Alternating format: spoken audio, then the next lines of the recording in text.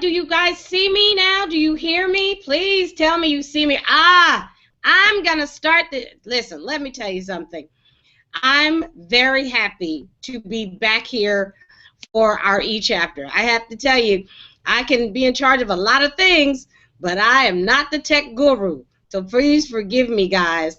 Forgive us for our very first snafu that we've ever had for the eChapter. I cannot even believe that we had about a 15-minute snafu. But guess what? We're here. We're here and we're all together. So I'm going to let you guys get organized. And I want to just introduce the eChapter meeting. I want to welcome everybody to the NAPW eChapter meeting. This is our virtual meeting.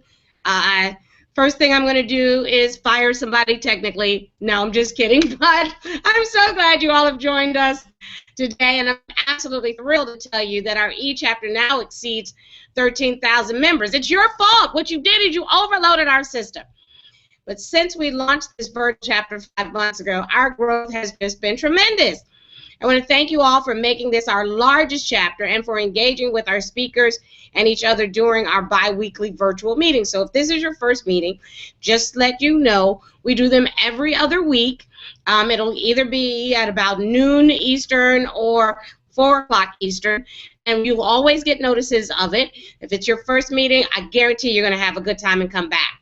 Because our eChapter is the true definition of networking, and we're really excited about helping you make new connections and delivering great content to you each at each one of our meetings, okay?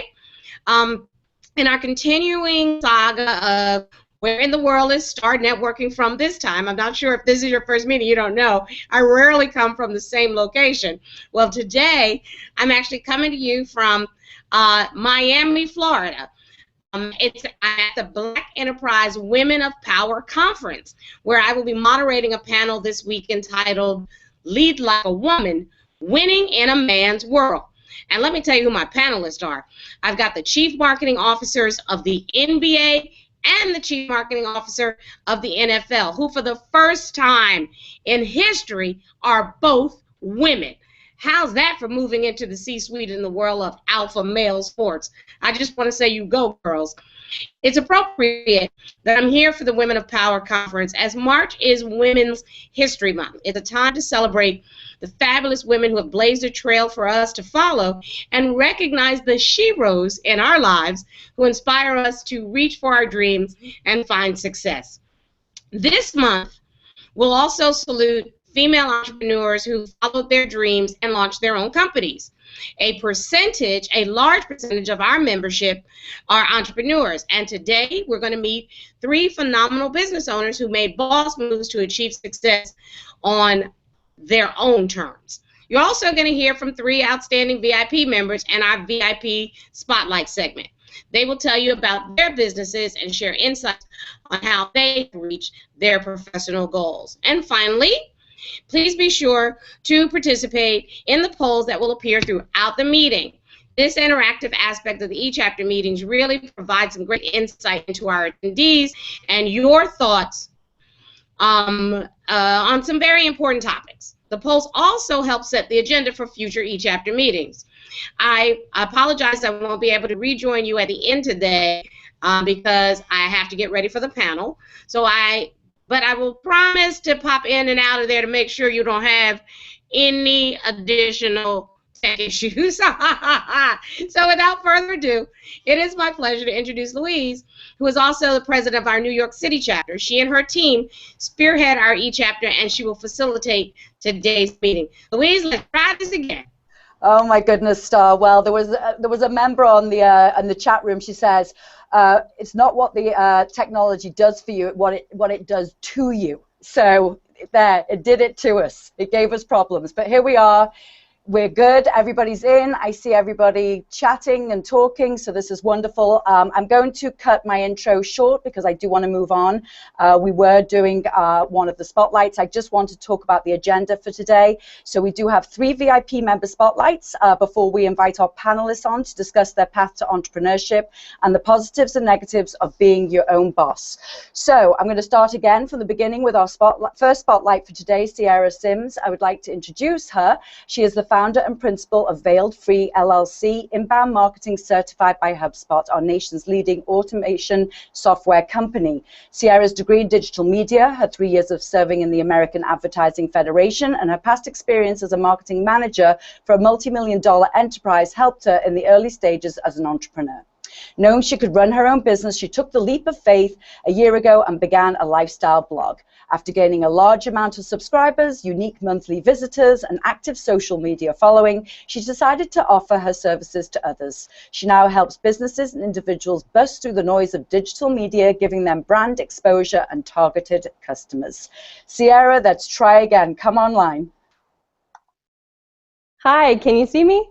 Are we good? Yes, we're good. Go right ahead. Alrighty, well, I'm really excited to be here, and I just want to start off by saying that anyone can be an entrepreneur. I think it takes a certain quality inside of a person to see a desire that hasn't been filled and to fill that desire. And for me, that desire is, like she said, just help small businesses, brands that have just started, bust through the noise of digital media.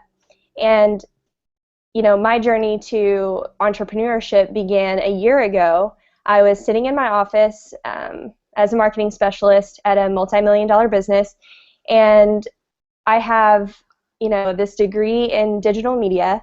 I was born in 90s. I'm a 90s baby, so I'm a millennial, so I speak this social media language, and I was born into this culture.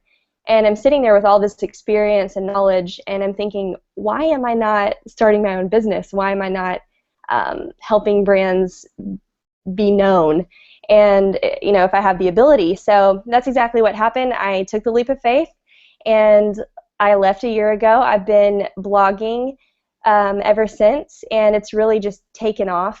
I have thousands of unique visitors monthly. I have hundreds of email subscribers, and I have about 18,000 plus people that I reach every day on social platforms. And basically, I want to use my influence in the tiny portion of cyberspace that I have, and I want to promote you guys. I want to bring, you know, if you have a brand, or maybe you're a service, or you just have a product that you sell, if you believe in it and you know it coexists with my lifestyle, I would love to incorporate you into my blog, whether that's a guest blog or you know, whether I just come up with content. But I know my demographic, I know what they want, and I would love to design content that appeals to them while organically promoting your product or service. This is not going to be a traditional promotional, salesy, in-your-face approach. So, you know, if you're a personal trainer, if you're a real estate agent, if you sell Mary Kay, no matter what it is, I can weave that into my social strategy, and I can help get your brand out there. So feel free to email me, veiledfree@yahoo.com, and just put the subject line as marketing and maybe today's date or NAPW so I know where it's coming from. And oh, one more thing, if you have an Instagram, that's where my customer base is, go ahead and follow me at veiledfree, VEILEDFREE. And thank you for your time. Thanks, Sierra. Look, go over to the chat room and chat with the members and share more information, please. Thank you for your time today. For our next spotlight, I'd like to introduce Renee Hamilton Wilson, who is a Texas native who retired with 20 years of active U.S. Navy service in 2006. She's an entrepreneur, philanthropist, founder, owner, and CEO of Red Cat LLC, and a federal employee employed with the Department of Veteran Affairs. As Chief Executive Officer of Rat Cat LLC, she provides hair, beauty, and fashion consultation, private shopping, and event planning services. Red Cat Private Shopping specializes in procuring and retailing authentic, high-end, pre-owned brand items for clients who love luxury brands, but not the expense of buying brand new. As a Department of Veteran Affairs field examiner, she works with veterans rated incompetent to handle a veteran's benefits due to mental disabilities and/or psychological difficulties. Renee holds a bachelor's degree in criminal justice, an advanced certification in at-risk youth specialization, and a master's degree in urban community counseling. She is a lifetime member of the International Women's Leadership Association and a board member of Girls Inc., which is one of NAPW's 4 foundation partners. Welcome, Renee. Hello, ladies. It's so nice to meet all of you, and it's really great to be here with you guys today. Basically, my entry into business ownership began when I was a kid.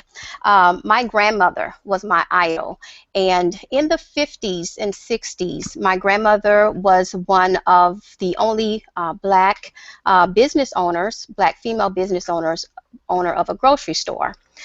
She also owned a restaurant and bar, and she owned several income-producing properties. So this is basically, I grew up with this, and I always knew that I wanted to own my own company. But I decided after high school to go into the military, and that kind of set me a little bit off my course of business ownership until I retired, which was in 2006. So I want to tell you guys a little bit about Red Cat. Red Cat initially began as Red Cat Salon. The salon operated in Chesapeake, Virginia for about 2 years. I closed it last year. And I restructured, rebranded, and reopened as a Red Cat LLC. Basically, right now, Red Cat is a lifestyle brand company. We focus on luxury brands, distinctiveness, and philanthropy. Basically, like I'm sorry, I forgot the lady's name earlier.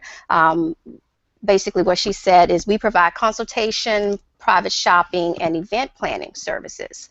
Part of Red Cat's private shopping, I focus mostly on brand items such as Louis Vuitton, handbags, shoes, Jimmy Choo, Prada, things in that arena. I love brands, and I've always loved brands, but of course we know, those brands are very expensive.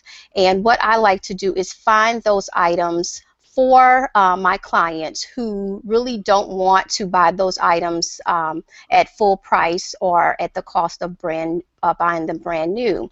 So I locate and I find those type of items, and I can work with almost any budget. I have sources all over the U.S. as well as in Europe.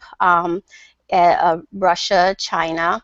I also have inventory. If I find a good deal, I will buy the item and put it on my website for ladies to go on and shop there as well.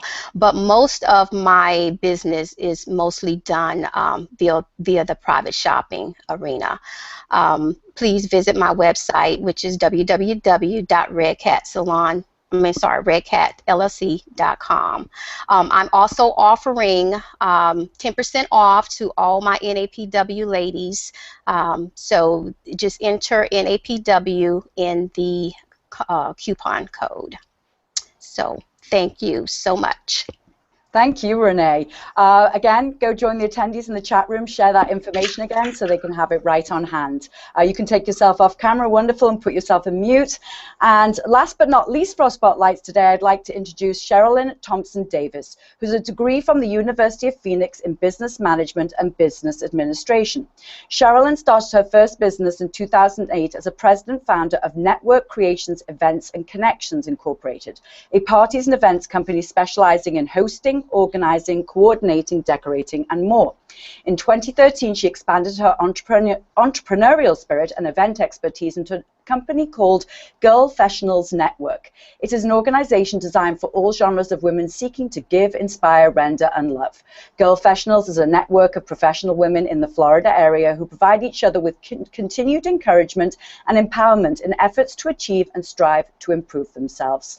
Hi, Sherilyn. Great to have you here today. Come on with us. Hi, good afternoon. Happy Wednesday, everyone, and happy Women's Month. As stated and previously stated, I am Sherilyn Davis, the founder of the Girlfessionals Network, INC, here in Pompano Beach, Florida. Literally after 23 years of working in the health field, I decided to step out on faith. The Girlfessionals Network became evident to me by my event planning company, Network Creations, Events, and Connections. I've always had a creative skill for decor, themes, organization skills that allowed me to dib and dab with family members and friends. But after noticing my talents and my gifts, I decided, you know what? I think I could get paid for this. So what I did was I made my gifts, my talents, and started allowing it to work for me instead of me working it. Even though I understood my gifts and my talents, I didn't quite understand my passion. So with doing this as a hobby, I started receiving calls from people asking me to refer them for services, asking what my fee is for services for parties, events, and I decided, you know what, let's just take this next level. I'm passionate about what I am today. God has granted me to be an entrepreneur in so many different ways and a motivator in so many different ways, which is the positive of it. But there comes a downside to being an entrepreneur. There's a financial part to it that you have to deposit. If you believe in anything that you want to fulfill, you have to deposit into what you believe in. That means financial. That means your time, money, anything above under God's green earth, under the sun. So you have to really understand what it is to be an entrepreneur. You step out on faith, but if you believe in it, it will work. You have to make it work. My thing is, my 5 things, my 5 corners is: 1, recognize your gifts; 2, embrace it; 3, be passionate about your gifts and allow it to motivate you daily; and lastly, you be profitable. That's the most important part. You be profitable. That is my passion. Girlfessionals Network started, like I said, by way of my event planning company. I used to host mixers, invite women in to mix and mingle, display their business cards, give their business information, and I just get a passion. I get a sense of completeness about helping another sister, another woman, to strive and motivate them as to how they can, expand and brand their business.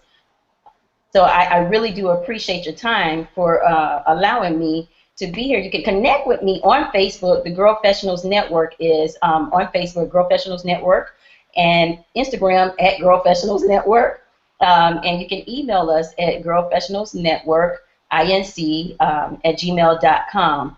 I thank you for the time. I think I'm out of time, but I love it, and I thank you for this opportunity. Thank you, Sherilyn, and thank you to all of our spotlights today.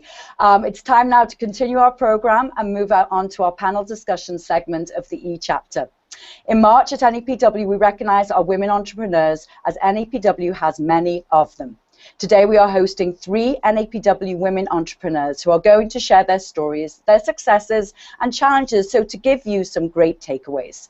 If it be to take your business to the next level or to take the leap yourself into the world of being self-employed. So let's move right ahead and introduce you to our first panelist, Francesca Alonso, CEO and co-founder of AV Architects and Builders, and a graduate magna cum laude from the School of Architecture at the Catholic University. Born in Chile to a Bolivian father and German mother, Francesca was raised in Spain. Her father was an internationally acclaimed Spanish architect, Melvin Villarejo Roldan, I hope I pronounced that correctly, who designed luxury resorts and hotels on the Mediterranean coast and all over the world. Growing up in a multicultural family and surrounded by a philosophy driven by her father to find ways to make a difference and pursue a passion, Francesca and her husband, Antonio Alonso, launched AV Architects in 2001. In 2002, she added a sister company, AV Builders, to control the construction process and provide their high-end clients with a single point of accountability from concept to completion. With her book, Nesting for Empty Nesters, to be released in the spring of 2016, Mrs. Alonso shares her approach to aging in place, a particular guide to using smart design to prepare your home for a better quality of life in retirement and beyond. Francesca's experience has been highlighted in the publication series Profiles in Success, Inspiration for Executive Leaders in Washington, D.C. Her blog was recently featured online by the Washington Post. She is an inspiration to young professionals, and her success serves as empowerment to many young Virginian women. Through this work, she received the Hot Mamas Project 2012-13 STEM Award.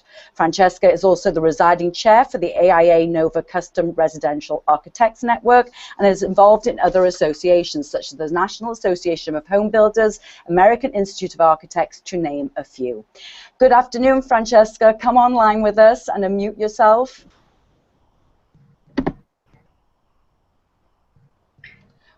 Wonderful. So glad to have you here today. So just hold tight as I move forward and introduce our other panelists. Our next one is Janet Bernstein. She is the owner of Savvy Girl Content. Janet Bernstein spent 17 years in the corporate world and was the youngest founding partner of AmeriCap Insurance Agency in Addison, Texas. Upon leaving her partnership, she has launched her own business, Savvy Girl Content, where she helps entrepreneurs and businesses share their stories online through blogging, social media, website content creation, and more. She is a best-selling author, executive coach, published photographer, singer, songwriter, and speaker. Also, I'm proud to say, is our residing NAPW Carlton, Texas chapter president for the past year. Welcome, Janet. Come online with us and join us here on the panel. Ladies. How are you? How are you doing, Janet? Doing great. Okay, so just hold tight there as well as I introduce our final panelist, Elva Jung, founder and CEO of Elvane LLC and Eva Design House. Elva studied at Savannah College of Art and Design, where she made Dean's List and received a BFA in Fashion and Fashion Marketing and Management. She was one of 4 who received a $30,000 Jeffrey Bean National Scholarship, as well as a $5,000 YMA Fashion Scholarship case study on how JCPenney can capture and retain the millennial customer. Now she is the founder and CEO of Elvane LLC, a fashion marketing agency that consults and represents emerging fashion designers. Their services range from brand development to marketing campaign management and product design. Elva develops relationships with current students and her clients to enable them to build a strong portfolio and receive global exposure. Elvane is constantly seeking to collaborate with emerging designers in the South and across the globe in Taiwan, providing cross-globe marketing opportunities to gain a broader clientele. Good afternoon, Elva. Are you there? Are you going to join us? Hello, everyone. Good afternoon. Thank you for having me. Oh, it's a pleasure. Thank you, ladies. Francesca, Janet, Elva, welcome. Sorry for the technical issues at the beginning of today, but we're moving right along. Excited to be here. Thank you. It's a pleasure.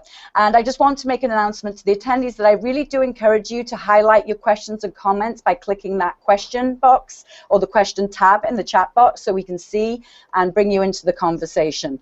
So I'd like to get started with sharing that it is said that entrepreneurship creates second chances, brings communities together, empowers women to challenge traditional roles, and can provide a source of income that can lift a family out of poverty.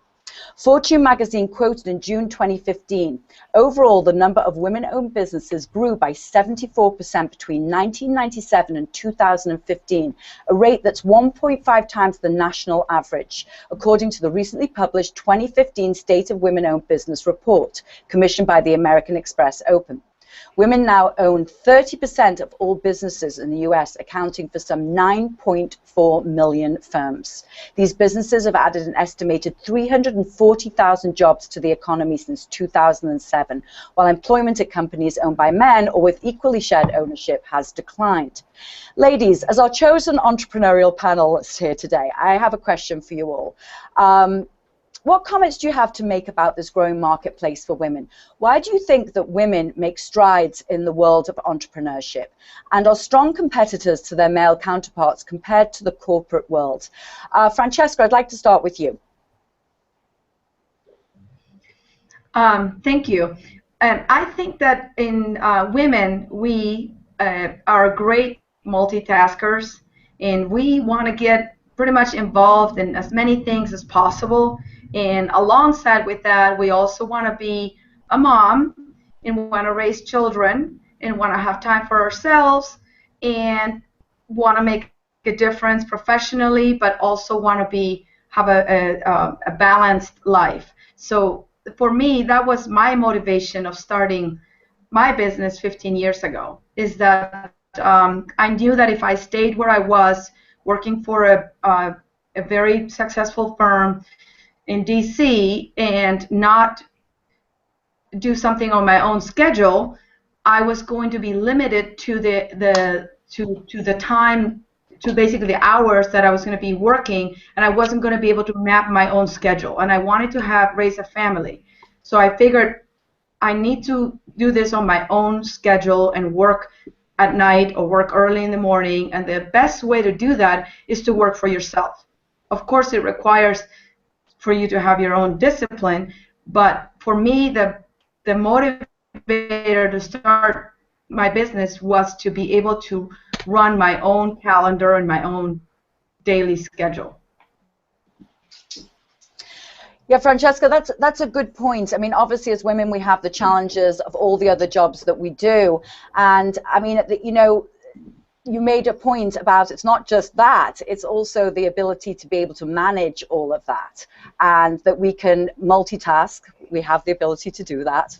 I'm not going to apologize for it, and we can manage our time well. So maybe this is why we've had some success in this area. So thank you for that. Janet, I would like to hear your comments on this.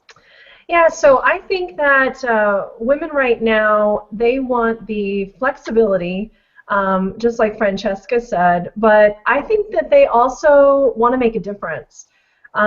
More so than just making a paycheck or feeding the family, they want to spread their reach further. I know that as an entrepreneur, you know, my greatest accomplishment is helping others, and it really has nothing to do with paychecks. It is really nice to have the money, and yes, profit first, like someone said earlier, that is key. But I think as women, the reason why we're in the right arena now is because we have the ability to reach across and to pull people out of their offices or, you know, from behind a computer screen and actually give them the heart that we bring to our business. And I think that's why women are so successful right now. Right, and we can take that success and draw and take it to wherever we want. We have it in our own hands, because obviously the challenges that we have in corporate environments and breaking that glass ceiling is the challenges of just others around us. So we take charge by opening our own businesses and being able to reach for the stars. So, Elva, what do you have to say on this question? Well, honestly, I don't think I can really answer this question considering that I have never worked in a corporate before. But having said that, based on my observations and my multicultural background, having lived in Taiwan, Beijing, and now Savannah, I think I can say that compared to other countries that I know, I think the United States right now definitely has the best environment and infrastructure for entrepreneurship. And I think it has become really popular amongst women because really the ideas of entrepreneurship and women's empowerment, they really go hand in hand. They're both about breaking social norms, about staying strong and confident, being your own boss, and making a difference. And I think this is why this marketplace continues to attract more women that are seeking for something more than just a job. And I think anyone that chooses to take this route just have to be really passionate in what they do, so passionate to a point that you're not just a strong competitor to your male counterparts, you're just generally a strong person, period. And you need to be so strong both physically and mentally, because there will be countless nights that you're just thinking about your business nonstop, like what you did right, what you did wrong, what needs to be improved. And pretty much everyone I know in this community is working so hard that gender is just no longer a factor that people take into account. I think it's more about whether or not you can execute a plan, you can deliver a good product, and solve the problems. Yeah. Alva, that was a very insightful answer, I have to say. I think that you were right. I think culturally, the environment here in the United States really embraces women entrepreneurs and allows us to drive and grow our businesses. I think the passion, you're right, you have to have a driving passion, and you have to know that as an entrepreneur, because I was one for 20 years myself, I kind of did it backwards and came into corporate world after being an entrepreneur, is that you are working harder or just as hard, and if not harder, when you're in your own business. So there's no sort of thinking that it's easier, and you do need that passion and drive. We did run a poll question, and the question was, when you, we asked the attendees, when you make a decision about your business company, how confident are you in your choices? Well, very few people answered not very confident. Most people answered mostly confident. So that is interesting to me, because we know that when you're running your own business, the biggest challenge is all the pieces of it. And especially when you're a startup business and you can't afford to hire multiple people to tap into all the other pieces that need to be done. Janet, I'd like you to talk a little bit about that, just sort of managing that aspect of being able to run your business on all levels. So I think that the key with anything is just prioritizing and setting lists. I'm a chronic list maker. It's just part of my personality. So I've always done that, and it helps me so much more now in my business. Every single day, even on the quote-unquote day off, I have a to-do list, and something is on that list related to my business that I have to get done. So actually, Janet, I want to ask you as well that, you were in the corporate world for 17 years.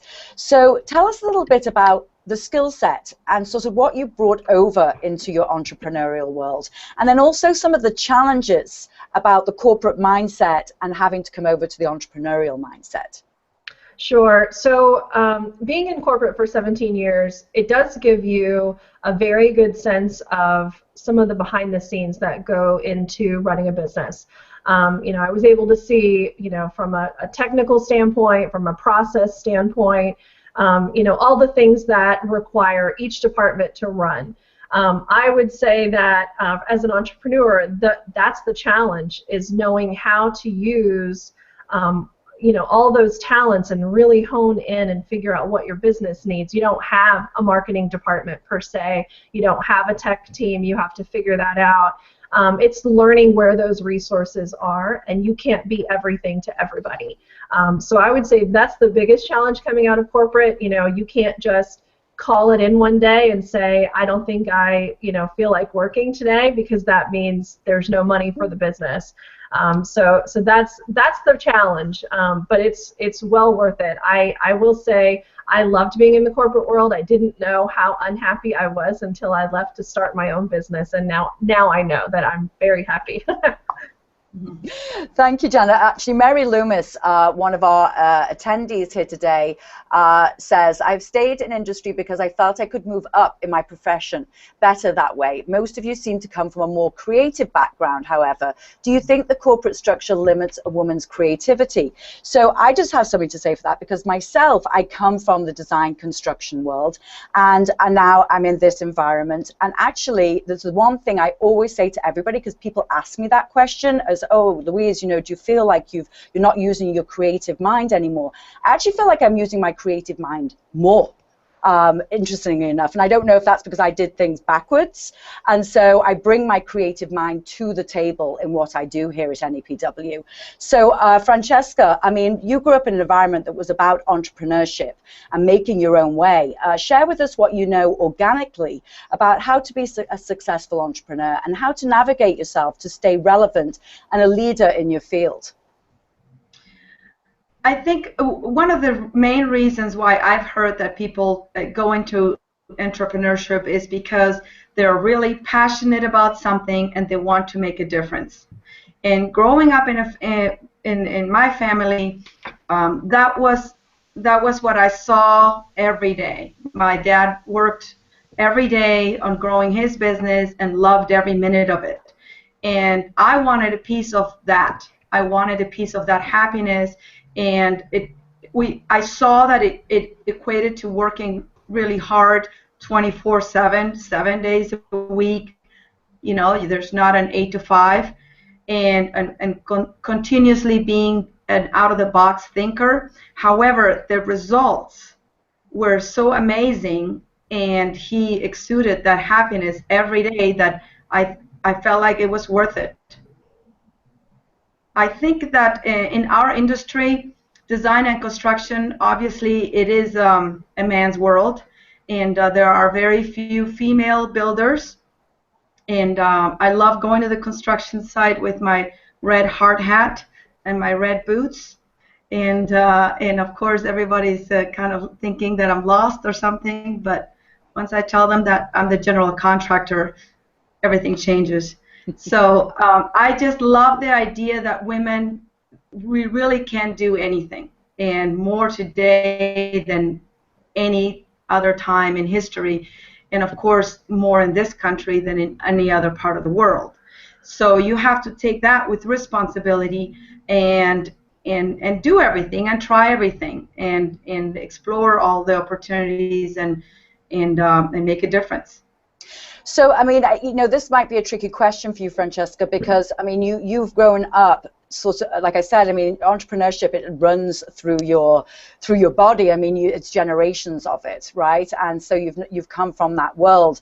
And I know that it's the same for me, too. I came from that world, business owner after business owner after business owner. So, you know, there's something, you know, what would you like to share? I mean, just something to the audience, for the women that are in corporate right now and or a corporate environment thinking about doing this and listening to you and thinking, well, you know, Francesca knows this, it's innate to her.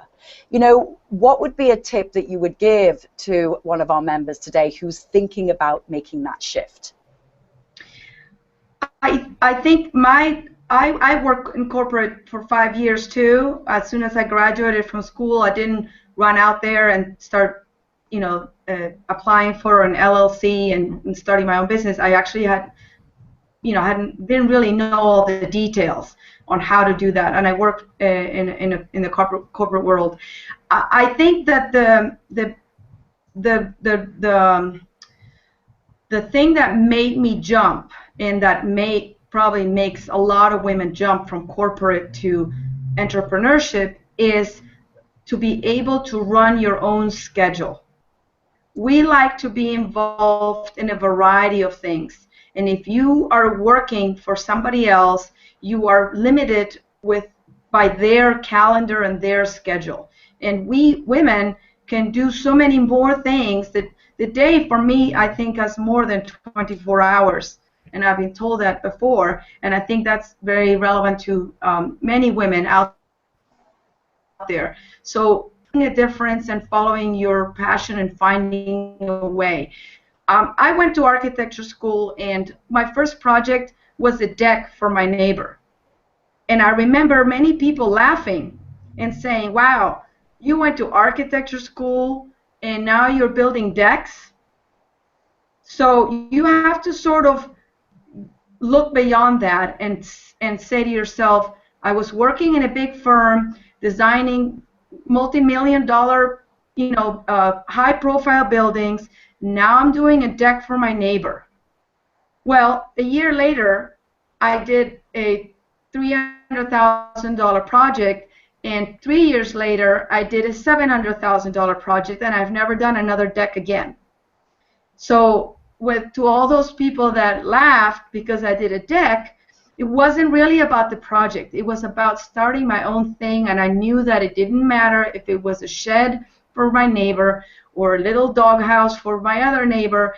I knew that eventually I was going to get somewhere, and it was going to be mine, and it was going to be on my timeline, which allowed me to have 4 kids in 5 years.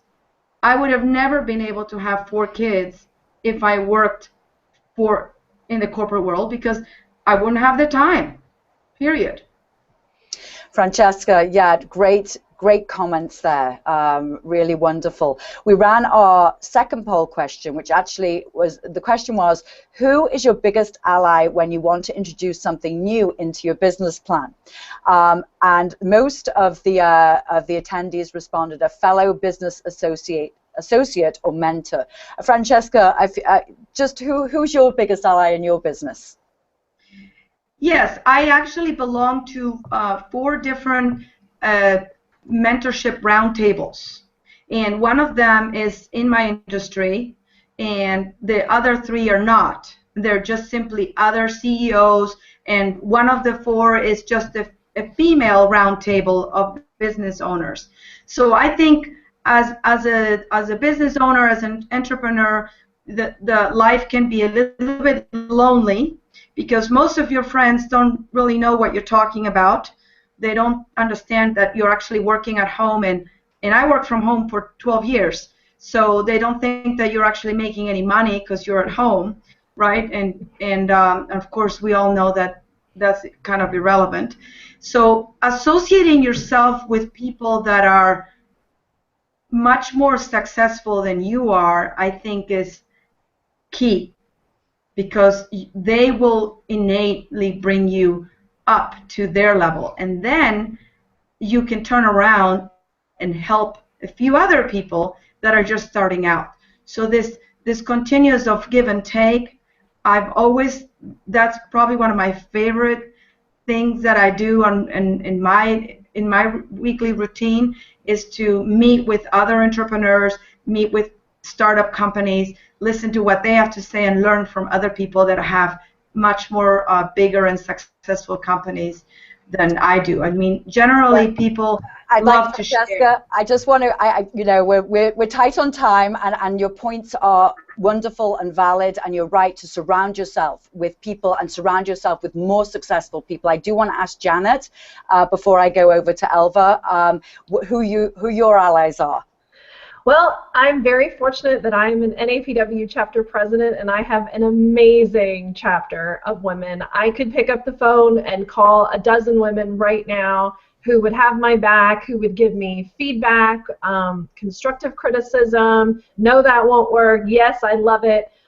These women are awesome. So I say to anyone, even if you're not a president or a leader of something, find your group, find your tribe, because those women will have your back, they want to see you succeed, and you will give back to them. It's a mutual relationship always.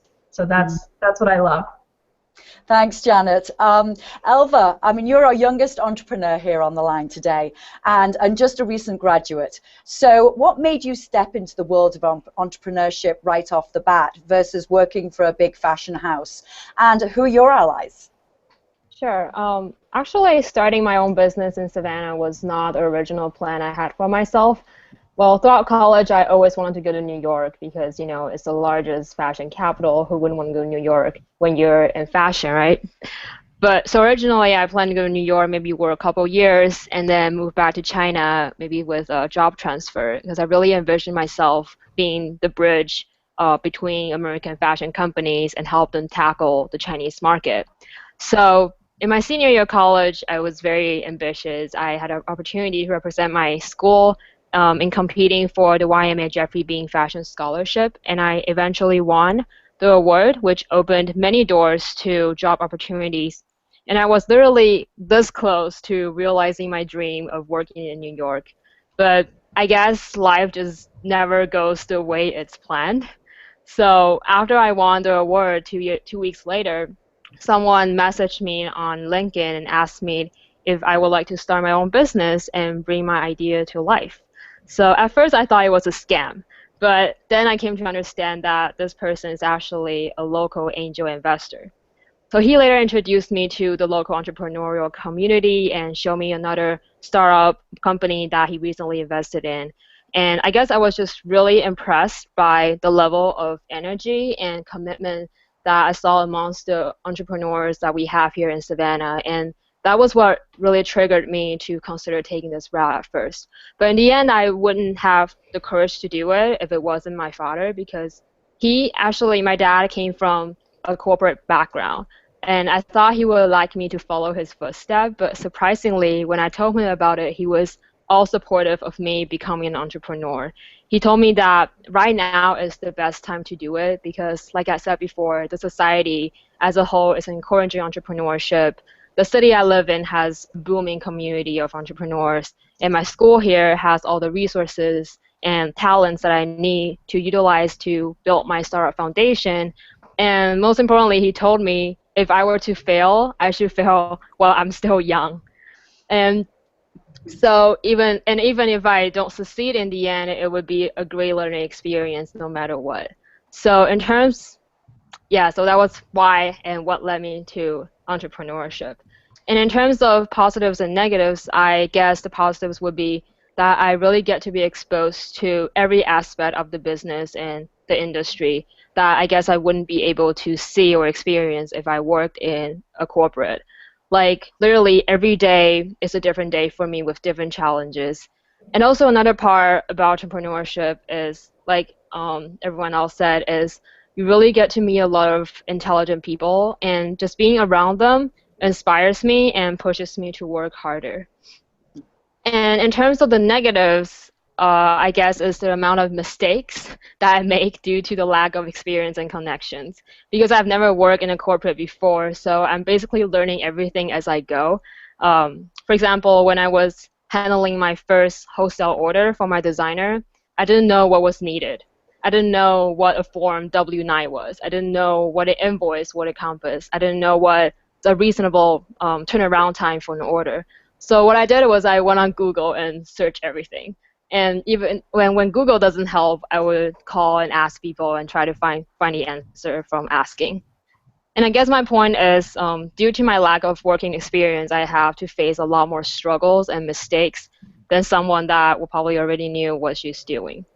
And another negatives is, of course, the risk of failure and the level of uncertainty that we have to face on a daily basis, because you don't know what is the right thing to do for your business until you've done it.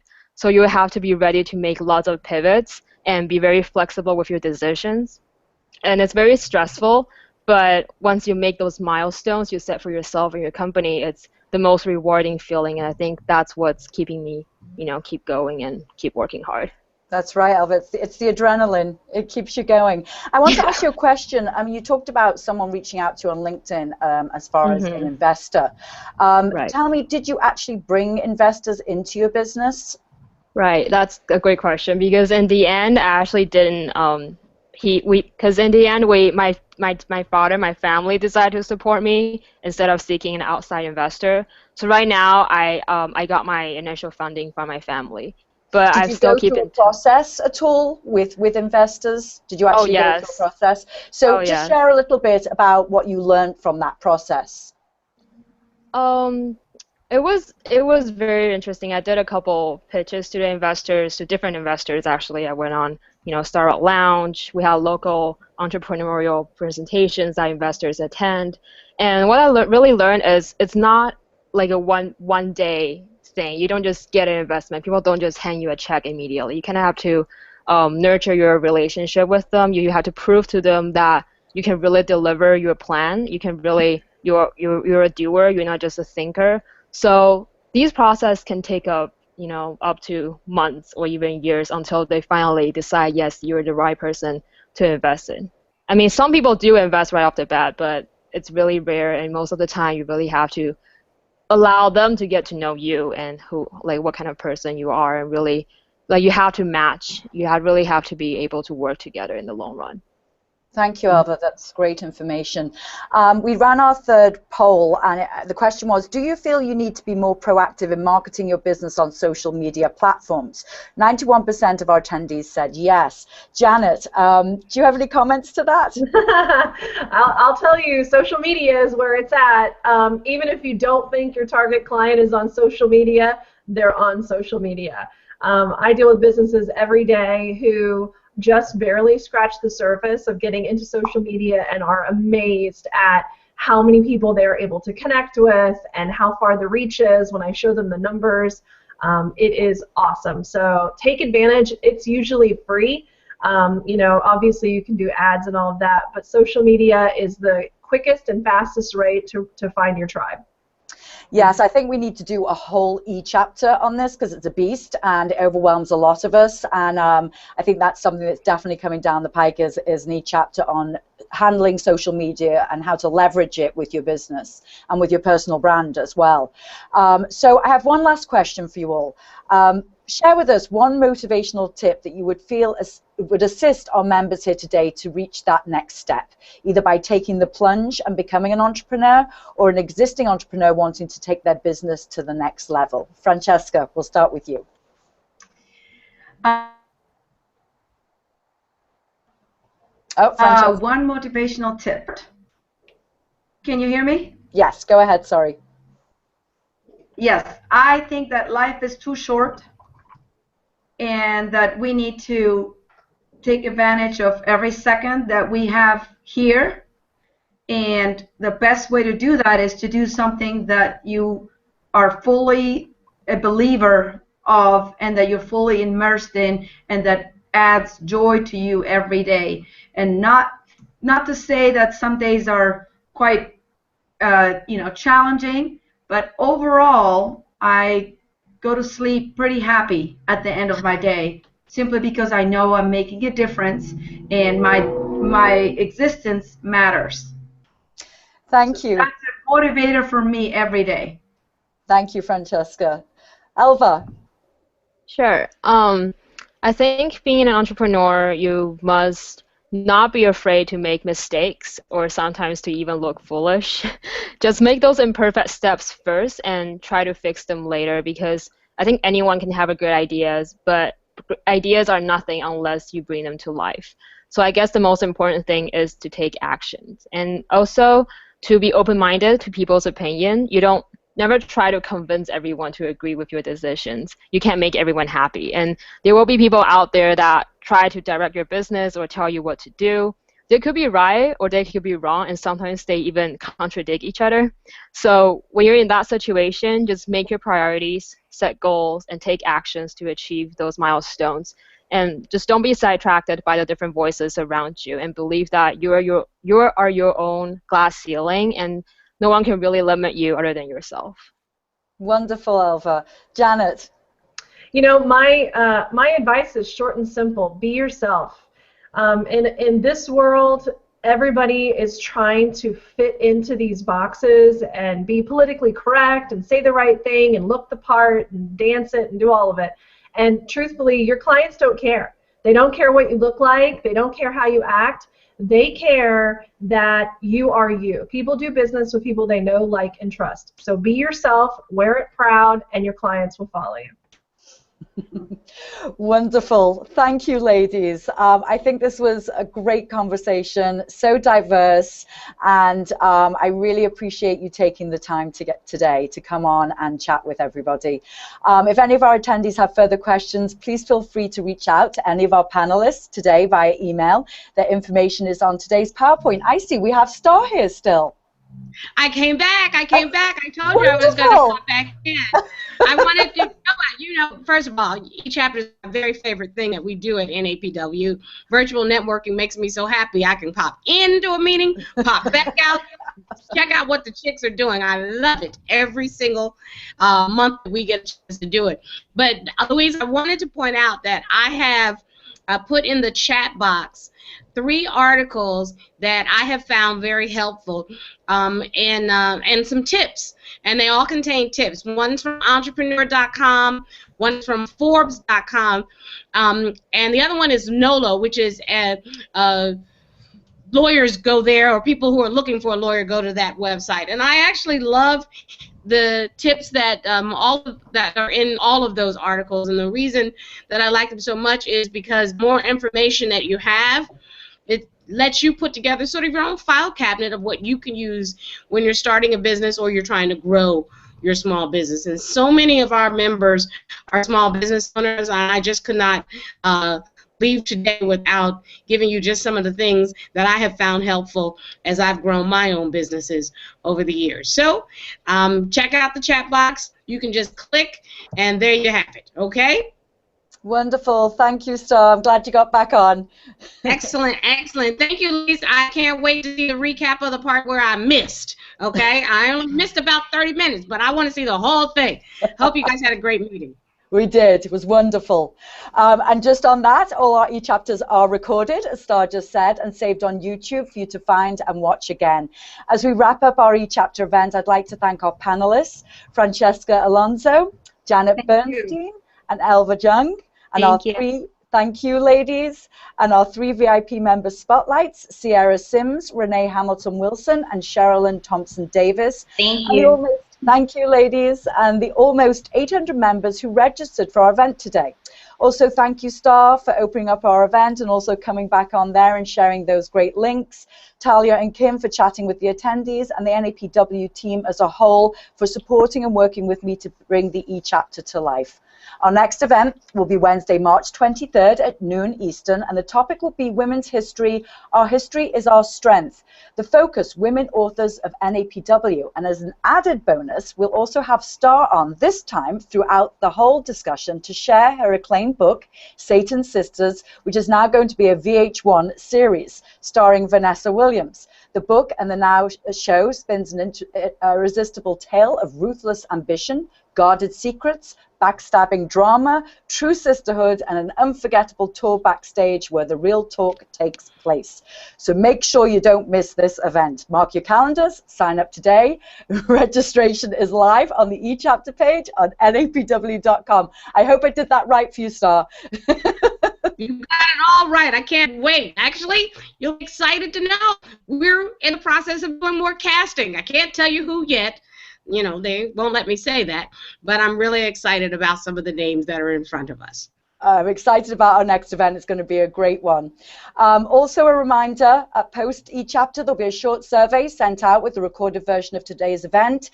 Please take a few minutes to fill out the survey. Your feedback is very important to us, and it has been very valuable to us up till now.